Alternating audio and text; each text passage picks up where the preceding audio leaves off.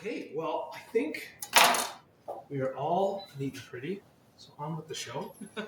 Welcome, everyone, to our last Community Connections of 2024. So thank you so much for joining us.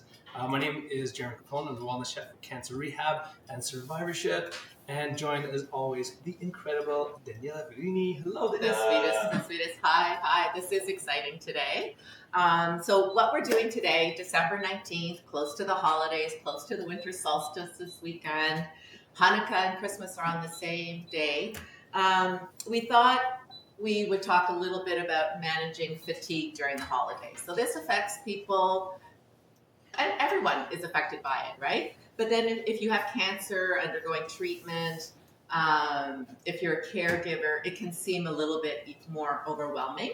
So today we thought we'd share some nutrition and cooking tips that can actually help manage fatigue, conserve energy while you're in the kitchen during the holidays. And as per usual, we're introducing 3 new and festive recipes that Jeremy has created. And so we'll just get ahead with our first recipe, right? So our first recipe is a cheesy cabbage gratin. And as we've learned from some audience members and moi, we already have a head of cabbage in the fridge ready to be used. Everyone has. An excessive amount. So this make-ahead, easy-to-prepare dish is rich in protein, several vitamins and minerals, fiber, health protective, and immune-boosting nutrients. And a meal that contains protein and fiber can actually slow down digestion, help to regulate your blood sugar, and together what this can do is actually help to maintain your fatigue and to reduce your fatigue, not maintain your fatigue, reduce your fatigue and maintain your energy levels. And this dish, you can have it on its own, you can have it as a side at the holiday meal, or you can also have it as a snack. And we know that when your appetite is poor, smaller portions are easier to manage. We talked about that in our class yesterday. So this is a great choice for that too. It's enough about me. We'll get into the recipe with Jeremy. All right, so it's festive time. It's holidays. You might be hosting. You might be going to a party. So these recipes today are tend to be maybe a little more festive, a little more special, a little more elevated. And sometimes that comes with a lot more work in the kitchen, a lot more prep in the kitchen. So like Daniela mentioned, if you're dealing with fatigue, probably write these, more elaborate recipes off right away. There's just no time or energy to make them. So what I want to talk about today from the cooking perspective is how we can sort of plan and get ahead of the day, either we're hosting or going out, so that we don't have to do it all at once. We don't have to have all that stress, all that running around on the day of, okay? So for the first recipe, yes, we're talking about cabbage. Everyone has a cabbage. No one wants to cook the cabbage. Cabbages are boring. We're going to make it a little bit more exciting, a little bit more enticing. And these are, so I'll break this recipe down into sort of 3 main steps for the full thing. And these can all be done in advance, like I mentioned, which is great. So for the cabbage, different varieties that you can choose from. You have these ones, the kale, right? The black kale or the dinosaur kale, which is beautiful, has all these nice ridges and ribs in them. You can get the Savoy cabbage, or your purple cabbages, your green cabbages, so many different varieties, right? To prep them, and you can choose like different ones, or you can just focus on one. I just, for the color, making it pretty, I chose 2 different tones of green.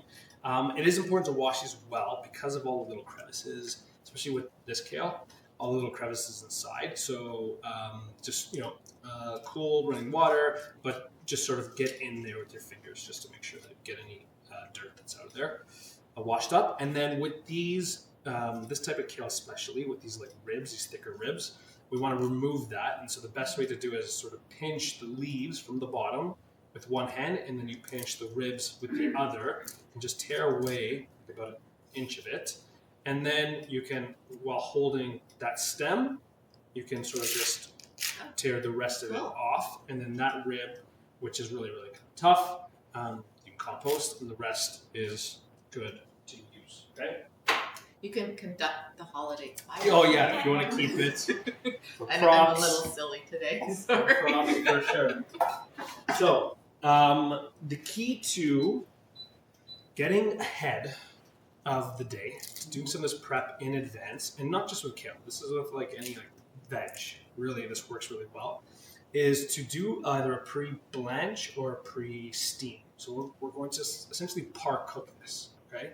And what that means is we can get about 50%, 60% of the work done cooking it, and then it's much easier to finish it off the day of or whenever we need it, okay? So blanching is when we are adding the ingredients to boiling water for a very short amount of time. So like 60 seconds to 90 seconds. And especially with these delicate leaves, we don't need much time. If we're doing something like parsnips, carrots, potatoes, which we can absolutely use this technique as well, then we'll cook them just until they're sort of knife or fork tender. So that might take a few minutes, but just to sort of soften, okay? And if you prefer to steam, you can do that as well.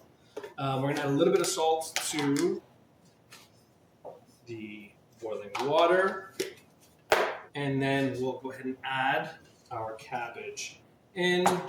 Just make sure that it is submerged. You got your ice water bath ready. And then make sure you have your ice water ready to go. Okay, so about 90 seconds. It doesn't take much time at all. But the ice bath is really important because when I take it out, I want to stop the cooking immediately. Yes, question. You have a question.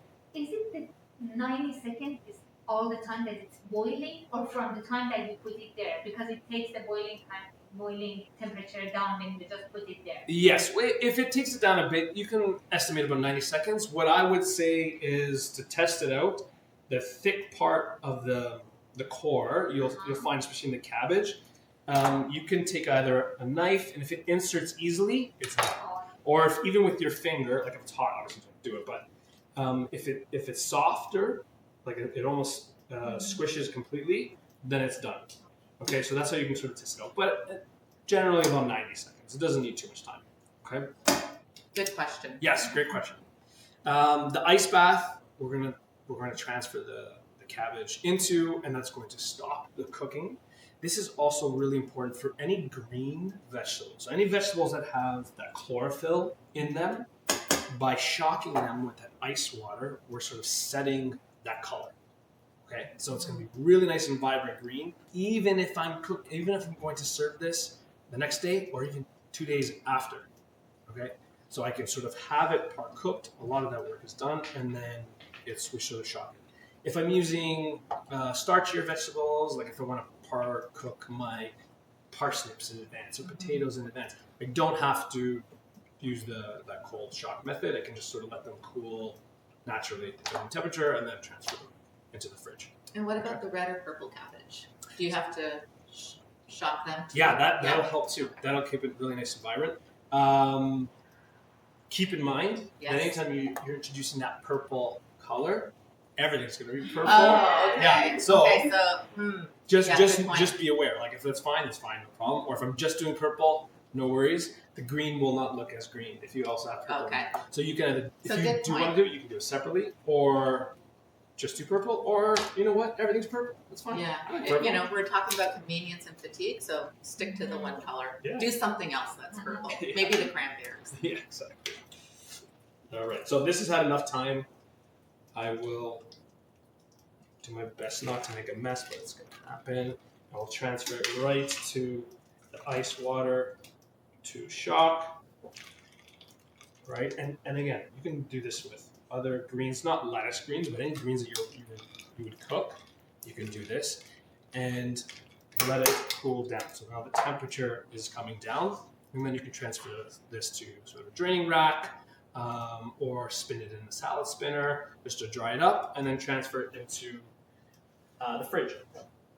He has a fridge under I have a little fridge here. It's my little magic fridge. So you can see, so I did this yesterday. See, that color is still beautiful. Really, really nice and green, really nice and vibrant. But now most of the cooking is already done. So it's ready to use for my dish. Now I saw that you had a paper towel over that. Was that just to cover it while it's in the fridge, or does that help maintain some of the It'll help to absorb some extra moisture off of it. Yeah, I want to take as much moisture and much of that water off as possible. If there's a little bit on it, it's fine. So just having it on there will help to absorb some extra water. So that is our veg for our dish. The next part, second component, is our hazelnuts. You can do this with other nuts as well if you prefer. Hazelnuts for me remind me of like just the winter or like holiday time. Yeah, reminds me of Nutella. Exactly. I think maybe that's why. So we're going to use the hazelnuts for our last two sort of components. You're good. You're good right there. Come in. You got to be in the shot. I'm going to be very close. So the hazelnuts will finish off the last two components of the dish. So half of the hazelnuts. So we're using about a cup in total. Half of the hazelnuts will soak in some hot water. You can just use a tea kettle. You can use broth if you want a little more flavor in there. Soak it for like 5-10 minutes. And you can even do that again in advance. Okay, and then after it's been soaked, it sort of softens up and the hazelnuts sort of plump up a little bit. I'm going to add it to the blender. Now, traditionally with the gratin or gratiné, you would have some like a cream at the bottom, right? Which you can absolutely use in this, especially if you're trying to, I guess, increase calories. Yeah, absolutely. Yeah, if you need more. But if let's say maybe you don't do so well with dairy, right? You don't dance with dairy. So we'll change it up, and this is a nice little option, nice little substitute. But we're also going to get this like really nice sort of hazelnut toasted flavor in it as well. So soaked the soaking water plus the hazelnuts in there. Add a little bit of Dijon mustard, which I love. It just has this really nice sort of Never think of hazelnuts vibrancy. with Dijon. No. So we'll be tasting that today, those of us that are here. Yeah, it has this really nice sort of, not an overwhelming heat, but it has this like, nice sort of vibrancy that will help to pick up some of the flavors. A little pinch of salt and black pepper. And you know, while you're doing that, we talked about fiber. And so if we look both at cabbage and hazelnuts, about a cup of the cabbage gives you 2 grams of fiber. And if we look at about an ounce of the hazelnuts, so that would be like 20 kernels if you were to add them out. I don't know how many he has in there, but 20 kernels has about 2.5 grams of fiber. So a little bit at a time, you're upping your fiber intake for the day, and it's increasing it in this meal for you. Yes. Also, hello again to those at home watching. If you have any questions, you can write it in the chat. I'm keeping an eye on it, so I'll answer. Okay, lid on top. So we have that soaked hazelnuts with a little bit of that water, a little pinch of salt, a little Dijon, a little black pepper, and we will blend it. This is cooled down a bit because it's in advance. Anytime we're sticking hot liquids in the blender, always keep the top a little bit ajar, like this, and then put like a clean dish towel over top. Okay, we need to let that steam out. If we do not let that steam out, this will make its way out one way or the other. I'm looking at our ceiling. Yeah, no accidents in a while. We have some past maybe, but it has cooled down, so it's okay. But you know what? I don't trust myself. I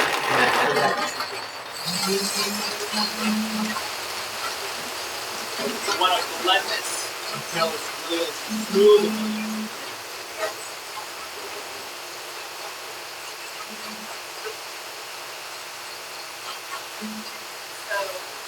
When I was at home, I could mute them, but now I can't.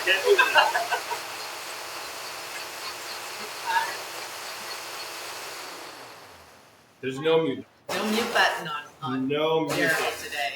I have a quick question. Yes. Hazelnuts. So if you buy them untoasted, how long should you toast them in the oven? Oh, good question. So essentially, until you start to smell them, you can go check on them. You'll get a little bit of that shine, that natural oil start to come out, and that's when I would remove them. It could be 5 minutes, 10 minutes, but because your oven, everyone's oven is a little bit different, hazelnuts, when they're room temp or they're cold, it's going to adjust a little bit. So go more by feel, right? Once you start to see it, that the natural oils come out and that you start to smell that toastiness from the hazelnuts, remove them. Yeah. If you go too far, it'll burn. Yeah, that's a good point. And you'll taste it. You'll taste sort of bitter on the outside. It's not reaching you yet, right? I can smell the hazelnuts right now after the blending. Yeah, hazelnuts have this just incredible aroma to it. So what we have. Oh, Tammy has a question. Yeah, of course. Yeah, if I don't have a blender, can I use something else? Like I use hazelnut butter? Oh yeah, of course. Yeah, but maybe thin it out a little bit with some. You can even warm it up with a little bit of water, or if you're okay with dairy, like milk or cream or something like that, just warm it up just so that it's a little bit thinner. But you can absolutely do that. Yeah, for sure. Can you use, like, if you still want to add some calories, can you use like a silken tofu, or is that too thick? No, you can definitely do You could that. use a silken tofu. Yeah, silken tofu is a great way to get that really nice sort of creaminess. Yeah, I'll definitely do that as well. So you have essentially this, okay? So pretty much the same thing. It should be like the consistency of cream. So still pretty thin, but just a little more viscous than water, okay? You can store this, again, you can do this in advance, all right? So you can do this the day before. Day before, 2 days before, this will last in the fridge for like 3 days, no problem, okay? You may start to see it split a little bit. That is just the natural fats from the hazelnuts and the water. And you can just stir that back up, and that's okay.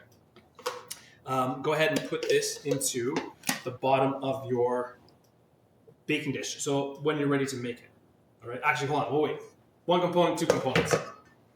I'm thinking about it as we go along. Okay. We see the creative genius at work here. The last component. So we have our vegetables. We have our sort of sauce, our cream. And the last component is the gratin. So this crispy breadcrumb on top, right? You can absolutely just use breadcrumbs. But it's the holidays. We want to make this a little more special. I want the hazelnuts to really sing, right? So half of the hazelnuts we use to make this really nice sauce. The other half, just pulse up. And you can do this by hand. You can chop this by hand. If you have a food processor or a blender, you can do it in the blender. And it just makes it a little bit easier, right? So less prep, less work, less movement. We're going to save ourselves a little bit of time and energy, okay? So just chop it up, the hazelnuts, with some green, anything. You can do dried herbs, or you can do parsley, you can do fresh herbs, you can throw chives, whatever you like, right? And you get pretty much a breadcrumb topping, but it's just the hazelnuts. Do you want a close-up on that? Or? Let's do I it. want to press Number the two, buttons. Okay. P2. P2. Let's see. Yay! There we go. Look at that. We're working now, right? For the audience at Yeah. home. So that's just the hazelnuts and some parsley. That's it. Okay, and now I have my breadcrumb topping. Again, I can do this in advance. This will stay for 3 to 4 days, no problem in the fridge. If I've used dried herbs instead of fresh herbs, then I can even keep it out. I don't have to keep it in the fridge because I'm using 2 dried components. I haven't introduced any moisture, and so we can just keep it in a Tupperware, right? And we're ready to use, and this is a nice little substitute.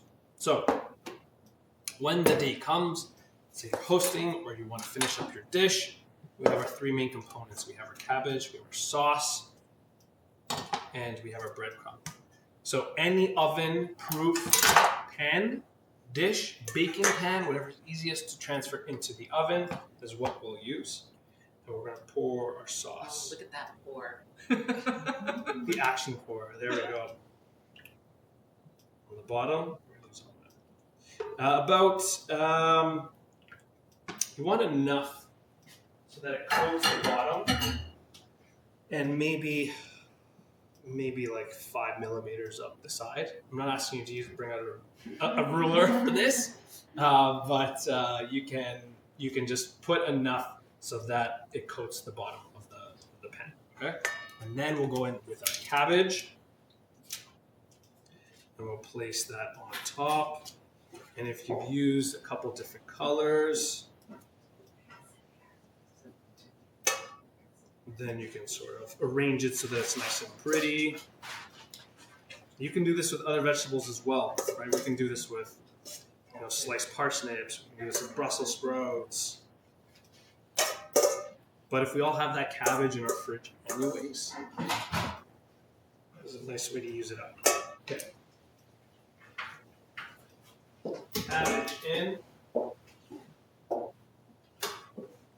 And then it's looking yummy. the gratin part. So any sort of cheese that you want to throw on top. Go back to one. You can use like a Gruyere, you can use a cheddar, whatever you like. And we'll just sprinkle it all around. And so between the Gruyere, the cheese, and the hazelnuts, you're getting that protein we talked about. So the cabbage and the hazelnuts, double duty, gives us fiber. But the hazelnuts and the cheese is giving us that additional protein. And the higher fat cheese, you're just using a little bit of it, so you can determine whether you need to have the higher fat for calories or whether you can have a treat and enjoy the higher fat dairy. And we'll top that with again, you can just use breadcrumbs to keep it simple, or if you have those toasted chopped up hazelnuts. I want to take it back. I hope it's not too seesawing for the people at home, but can you see how pretty that is? No, maybe not. Okay. I'm getting more comfortable in the kitchen, but I don't know if that's a good idea. It looks good. We'll go back here for a sec. All right. And then I'll stop pressing. Once you have the remote in your hand, it's hard not to. It's hard not to. Just a little bit of olive oil on top. Not a lot, and that'll just help to give you some really nice color. That is ready to go. I mean, it looks beautiful, even uncooked, just as is. That's ready to go into the oven. You can, again, assemble this even in the morning if you want. Wrap it up, put it in the fridge, and then when you're ready to cook it, take it out, and then we'll put it in as is, right? So any of these steps that we can do ahead of time, it's going to make the cooking process a lot less stressful when you actually have to finish up the dish. So into the oven around 400 degrees. Just until it is melty and bubbly and looks delicious. Oh, of course, we have the finished product. We'll do a little transfer here. Oh, okay. All right. Everyone ready? Here it comes. Oh my. And we get to taste this. I'm sorry, people at home. Okay. We can describe it for you. That is what you're looking for. Some the really nice sort of crispy parts. Go for it. Yeah. I can see your hand reaching. I know. Yeah, there we go. Because look how pretty. Hot. And hot. Don't touch that. Yeah. The remote you can touch. Don't touch the handles of the pan. All right. So there you go. We have this really, really nice sort of crispy top with the hazelnuts. And that hazelnut sort of sauce or cream on the bottom has sort of reduced and thickened up and sort of created this really nice sort of almost like crust around the outside. It's going to be just super, super tasty. And you have just a little bit of that cheese on top sort of melted through. Because we have layers of that cabbage, sort of falls into those little canals. And you have this really, really nice, delicious dish with cabbage that's in your fridge that we don't know